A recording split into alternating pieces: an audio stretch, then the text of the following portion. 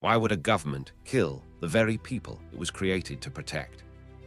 Across the major cities in Iran today, protests have once again erupted. The people, once again driven by their anger, frustration, and long-standing grievances, have taken to the street. And yet again, the government's response has followed a historical pattern: force, repression, and killings. Today, people continue to ask questions and criticize the government response amid the violent repressions and killings. So, in this episode, we delve beyond the breaking headlines to answer these questions and critics. We examine the whys that explain the Iranian government decision to resort to violence and turn their weapons inward. But first, why are the Iranians protesting? The protests unfolding across Iran did not emerge overnight. They are the result of pressures that have been building for years beneath the surface of Iranian society. They are pressures from long-standing economic grievances which have been refueled by the recent increasing currency devaluation, rising costs of living, unemployment, and widening social inequality in Iran.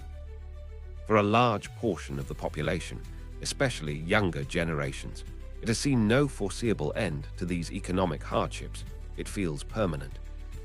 Alongside this are deep political frustrations, limited avenues for meaningful political participation and accountability. Despite the elections, state power has remained concentrated in unelected institutions. For many citizens, there is a growing sense that political outcomes are predetermined and that dissent rarely produces reform. The Iranians have also shown concern over the social and cultural restrictions. State government has continued to maintain control over personal behavior, expression, and identity. This has become a central point of conflict, particularly for younger Iranians whose expectations increasingly diverge from the system governing them. Importantly, history meant we must reiterate that these protests are not isolated events. Iran has experienced repeated waves of unrest over the past decades, which have all been sparked by different triggers, but rooted in the same unresolved structural problems. The current protests are best understood as part of this recurring cycle, rather than a sudden rupture. It is a symptom of a problem that remains inherent. It is a visible expression of deeper economic, political, and social strain. And this begs for the more important question: why has the government continuously resorted to violent response? With over 190 countries in the world today, one thing is glaringly common. They all exist to protect their citizens. Citizens obey the law, and the state guarantees their security. But moments like the Iran crisis expose a troubling contradiction. If states exist to protect citizens, why would the government of the states turn their guns inward? This question cannot be answered by outrage alone. Moral condemnation may explain how these violence feel, but not why they become recurring policies. To understand why repression occurs, we need to move beyond emotions and examine the logic of the state itself. Since the start of the protest, the common view held by the public is that this reflects a state that has lost its legitimacy. This interpretation is understood within social contract theory, which assumes that states derive their authority from the consent of the governed. When that consent weakens, the state is expected either to reform or to collapse into repression. However, there is not just one theory that explains the state. In fact, there is not just one model of the social contract, and the Iranian state definitely does not tick any of their boxes. Iran is not a state whose legitimacy is primarily grounded in popular consent. Its political system was not constructed on the assumption that authority flows upward from society. Instead, authority flows downward, from doctrine, from religious interpretation, and from institutions designed to guard that order. This distinction matters because if we misidentify the source of legitimacy, we misunderstand the purpose of the repression. This means that the declining public approval does not automatically translate into illegitimacy within their state's logic. Protest does not signal a broken contract. Instead, they are interpreted as defiance. So what the public seem to be interpreting as a collapse from the outside may, from within the system, be interpreted as enforcement. Well, I know that sounds quite complex, but let us break it down further. The Islamic Republic of Iran is a theocratic state. established after the 1979 revolution on the principle of Velayat-e Faqih, the guardianship of the Islamic Jurist.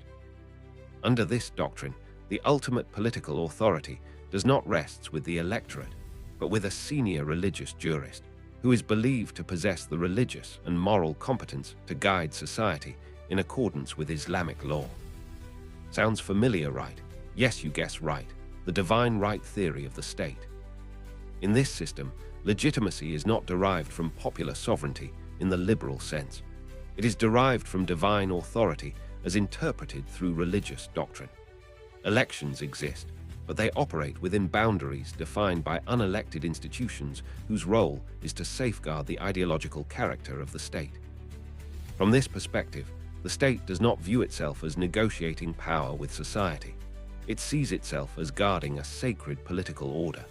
Its primary responsibility is not responsiveness to public pressure, but preservation of the ideological framework that legitimizes its existence. This helps explain why popular dissent, such as the ongoing protests, does not function as a corrective mechanism within the system. Instead, they are interpreted as deviation from the values the state was established to protect. Now you understand why Iranian government, in her official statements and state-aligned media, have frequently described the protests as foreign-backed, morally corrupting, or aimed at undermining Islamic values. These narratives are not incidental. They function to redefine dissent from political disagreement into an existential threat. Once protest is framed this way, the identity of the protester changes. Protesters are no longer seen primarily as citizens exercising discontent. They are recast as enemies of the state, actors whose actions threaten the survival of the political system itself.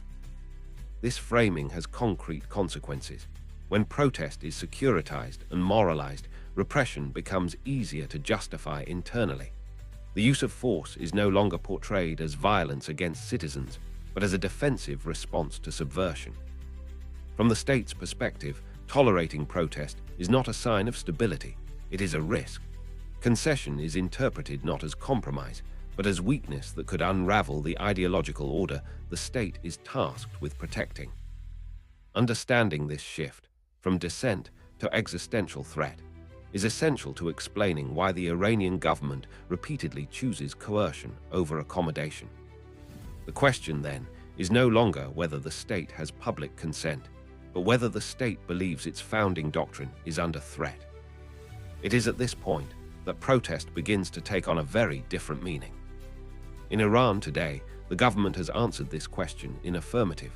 They have defined these protests as an existential threat, and their response has followed a logic of self-preservation in any theocratic state. From this perspective, their use of force is not emotional or improvised. It is a calculated decision made within the boundaries of the state's ideological framework. From a rational choice standpoint, the state evaluates its options under conditions of perceived risk. Negotiation or concession may be interpreted as inviting further dissent. Restraint may be read as vulnerability. In contrast, decisive repression signals resolve to both domestic audiences and the state's own security institutions. Within this logic, violence serves multiple purposes. It raises the cost of participation in protest, discouraging broader mobilization. It reassures regime supporters and security forces that the state remains in control, and it communicates that challenges to authority will be met with firm resistance. What is most important here is that this decision does not occur in isolation from ideology. The objective is not simply the survival of a government, but the preservation of a political order believed to be divinely sanctioned. Protecting that order becomes synonymous with protecting the state itself. In this light, repression is not evidence of panic or collapse. It is a strategic response shaped by ideology, past experience, and a belief that the costs of inaction outweigh the costs of force. This does not mean that states' violence repression is exclusive to theocratic states, or that ideology alone explains repression everywhere. States turn their guns inward for different reasons, under different conditions. But in Iran's case, violence is best understood as the state acting according to its own internal logic. one that prioritizes preservation of a sacred political order over responsiveness to public dissent. In this sense, the killings are not an abandonment of the system's principles, they are an expression of them. And that is what makes the crisis so difficult to resolve, even in the international sphere. When a state defines its legitimacy beyond consent, dialogue loses its corrective power. Yes, violence may not be the only option, but it will always be among the options in such state. And this remain a bone of contention, both for Iran and for any political system where state existence is justified beyond the will of the people. Until humanitarian values begin to supersede states' ideology, citizens will continue to be coerced when it is reasonably necessary, and soldiers will continue to be sacrificed for the state.